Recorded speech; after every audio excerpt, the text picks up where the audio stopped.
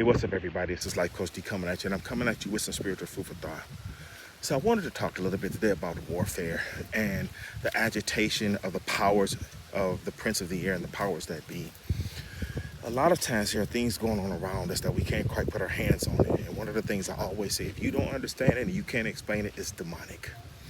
The Lord spoke to me so clearly about a week ago when I was praying, and he told me there's several spirits that we are coming against right now in our country during this time in fall of 2025. He said to me so clearly, there's a spirit of religion, there's a spirit of murder, there's a spirit of violence, there's a spirit of deception, and then there's a spirit of division. And these are just a few of the spirits that we're fighting. One of the strongest is the spirit of religion, because religion, by definition, is having a form of godliness but denying all the power. And so a lot of times what happens is the spirit of religion will come up, and it's okay with being mediocre.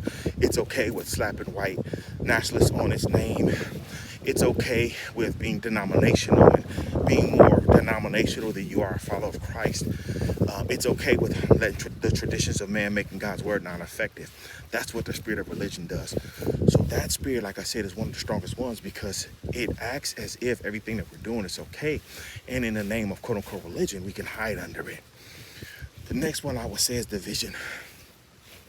The Bible says there are 6 things that God doesn't like, but 7 that he hates. And one of those is dissension or division amongst the brethren.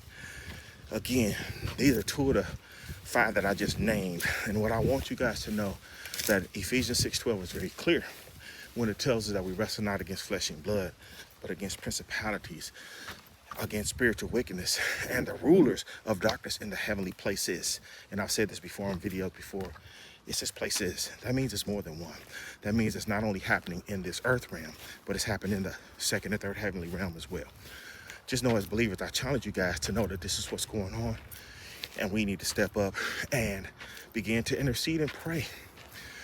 The Bible says, if my people who are called by my name would humble themselves and pray, seek my face, turn from their wicked ways, then will I hear from heaven, I will forgive their sins, and I will heal their land. 2 Chronicles 7:14, and that is very, very present today. I know it's an Old Testament verse, but it's very pertinent for right now.